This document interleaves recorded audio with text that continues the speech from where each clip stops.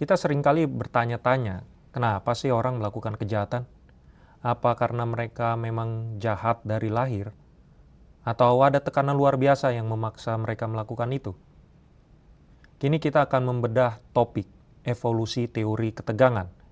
Kita akan lihat bagaimana pemikiran para ahli sosiologi dan kriminologi berkembang selama lebih dari 1 abad, mulai dari melihat masalah di masyarakat luas hingga masuk ke dalam pikiran dan juga perasaan individu yang sedang tertekan. Kita awali dengan sosok legendaris di akhir abad 19, Emil Durkheim. Sebelum masa Durkheim, orang-orang mengira kejahatan itu adalah kelainan biologis, semacam penyakit bawaan lahir. Tapi Durkheim datang dengan pernyataan yang bikin heboh. Apakah kejahatan itu normal? Menurutnya, kejahatan itu hadir di semua jenis masyarakat yang sehat. Kok bisa?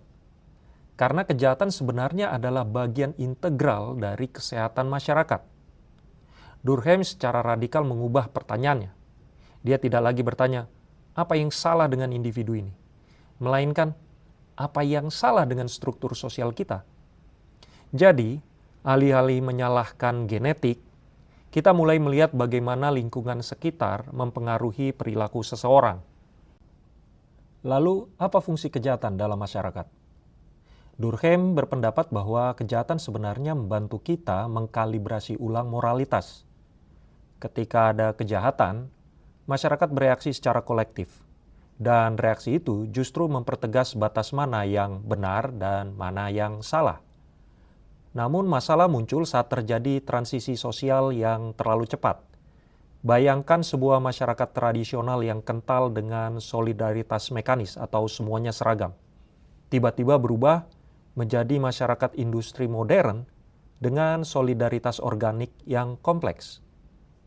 Pergeseran cepat ini sering membuat regulasi moral runtuh. Masyarakat jadi kehilangan pegangan norma, sebuah kondisi yang disebut Durkheim sebagai anomi, yaitu kondisi tanpa norma. Di saat itulah, masyarakat tidak lagi mampu mengatur hasrat individu dan semuanya jadi kacau. Untuk membuktikan teorinya, Durkheim melakukan studi fenomenal tentang bunuh diri pada tahun 1897. Dia melihat bahwa angka bunuh diri dipengaruhi oleh 2 tarikan sosial, yaitu regulasi moral dan integrasi sosial.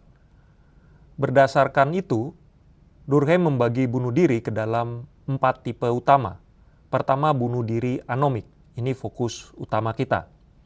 Tipe ini muncul ketika aturan atau norma dalam masyarakat melemah atau menjadi tidak jelas. Situasi ini sering terjadi pada masa perubahan sosial dan ekonomi yang cepat. Dalam kondisi itu, individu dapat merasa kehilangan arah karena tidak memiliki pedoman yang jelas dalam menjalani hidup. Yang kedua, bunuh diri fatalistik. Ini kebalikannya dari yang sebelumnya. Tipe ini berkaitan dengan kondisi di mana seseorang merasa hidupnya terlalu dibatasi oleh aturan yang sangat ketat. Ia merasa tidak memiliki kebebasan dan melihat masa depannya sebagai sesuatu yang tertutup, sehingga muncul perasaan putus asa. Ketiga, bunuh diri egoistik. Tipe ini terjadi ketika seseorang merasa kurang terhubung dengan orang lain di sekitarnya. Ia merasa terasing, tidak memiliki kedekatan sosial, atau tidak menjadi bagian dari suatu kelompok. Kondisi ini dapat membuat individu merasa kehilangan makna dalam hubungan sosialnya. Dan yang keempat, bunuh diri altruistik. Tipe ini terjadi ketika seseorang memiliki keterikatan yang sangat kuat dengan kelompoknya hingga kepentingan pribadi menjadi tidak lagi utama. Dalam kondisi tertentu, individu bahkan bersedia mengorbankan dirinya demi kepentingan kelompoknya. Secara keseluruhan, Durkheim menunjukkan bahwa bunuh diri tidak dapat dipahami hanya sebagai persoalan individu, tapi juga perlu dilihat dalam konteks hubungan sosial yang lebih luas. Sekitar 40 tahun kemudian, di era Great Depression di Amerika, Robert K. Merton memperluas ide Durkheim.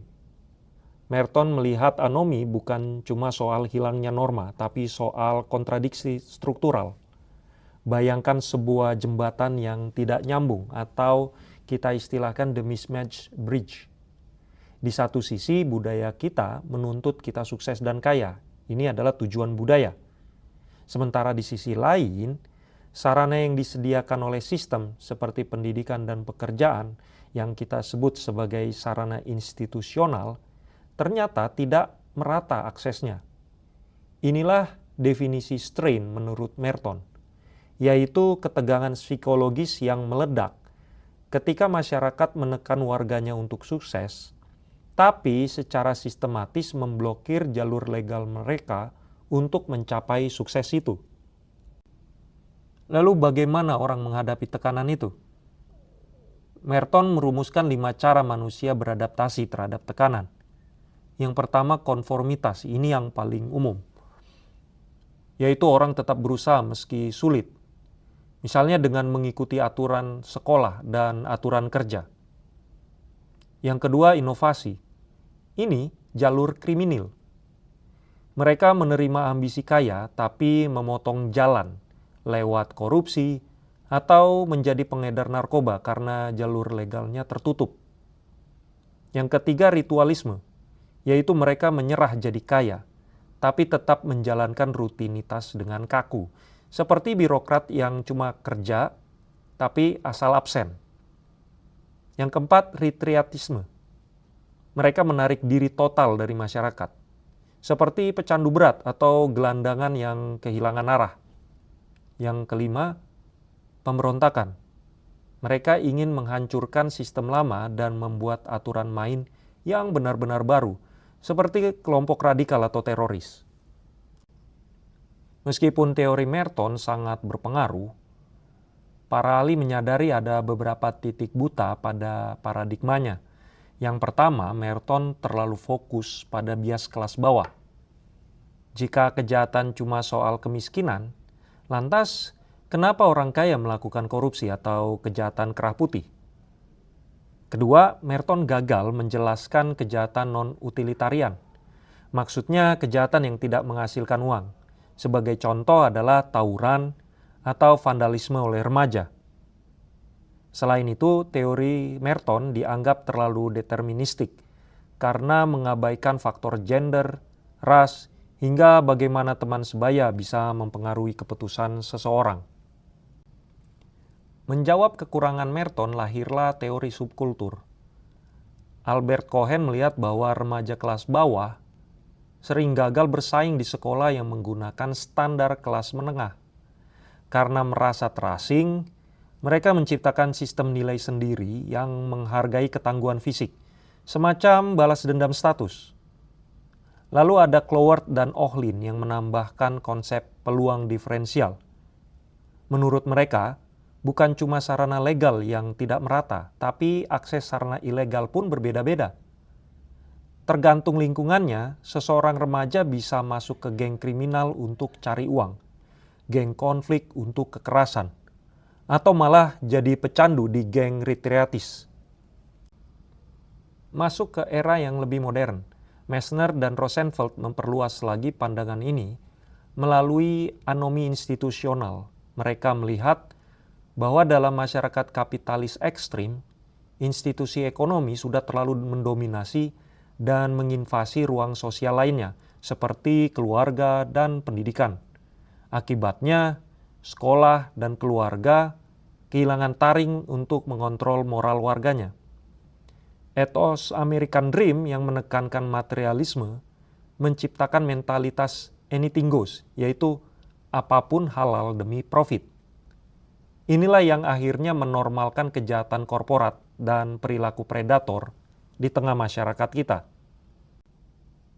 Sekarang kita sampai pada titik balik yang sangat penting di tahun 1992 bersama Robert Agnew dan General Strain Theory-nya atau GST.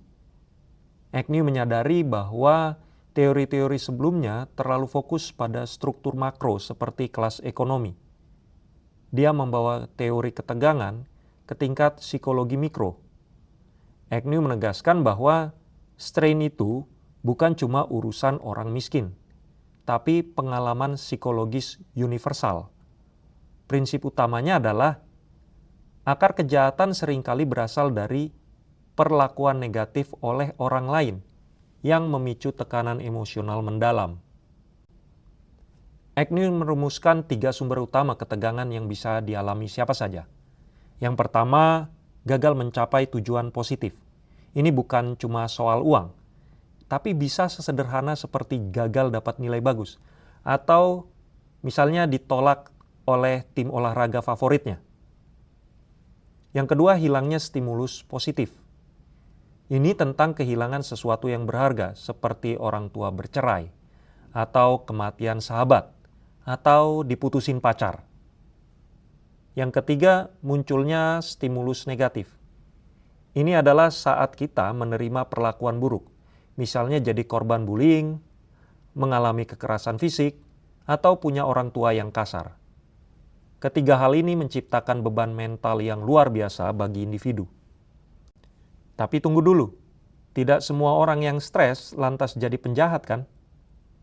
Agnew menjelaskan bahwa strain hanya akan memicu kejahatan jika memiliki 4 karakteristik. Yang pertama, magnitude tinggi, yaitu masalahnya dirasa sangat parah dan kronis. Yang kedua, dirasa tidak adil, ketika korban merasa dihukum tanpa alasan yang sah. Ketiga, kontrol sosial rendah, yaitu individu tidak punya ikatan kuat dengan keluarga atau sekolah yang bisa menahan perilaku mereka. Yang keempat, menciptakan insentif kejahatan, di mana tekanan itu secara alami mendorong agresi sebagai solusi praktis. Misalnya, dipukul lalu ingin memukul balik. Inilah mekanisme sentral dari teori Agnew, emosi negatif sebagai katalisator. Strain tidak langsung jadi kejahatan, variabel perantaranya adalah kemarahan atau anger. Kemarahan adalah bahan bakarnya. Ia memberi energi untuk bertindak, menurunkan hambatan moral, dan memicu keinginan untuk balas dendam. Di titik ini, kejahatan bukan lagi sekadar mencari untung, tapi bertransformasi menjadi mekanisme pelarian atau coping untuk meredakan emosi tersebut. Lalu kenapa hasil akhirnya berbeda-beda pada setiap orang? Ada yang namanya faktor pengkondisi. Ada individu yang punya perisai pencegahan seperti kemampuan problem solving yang tinggi, dukungan keluarga yang kuat, dan pengendalian diri yang mapan. Sebaliknya, ada individu yang memiliki akselerator risiko seperti temperamen yang mudah meledak, bergaul dengan geng yang menormalkan kekerasan, atau merasa bahwa konsekuensi hukum itu rendah. Perbedaan inilah yang menentukan apakah seseorang akan jatuh ke tindakan kriminal atau tidak. Sebagai kesimpulan, mari kita lihat evolusi ini secara utuh. Kita mulai dari Durkheim yang melihat krisis moral di tingkat makro, lalu ke Merton yang menyoroti ketimpangan ekonomi dan American Dream, hingga akhirnya kepada Agnew yang membedah sisi psikologis dan emosi negatif individu. Kriminologi modern mengajarkan kita bahwa kita butuh kedua lensa ini. Kita butuh lensa makro untuk memperbaiki sistem negara, tapi kita juga butuh lensa mikro untuk memahami anatomi perasaan dan keputusan setiap individu.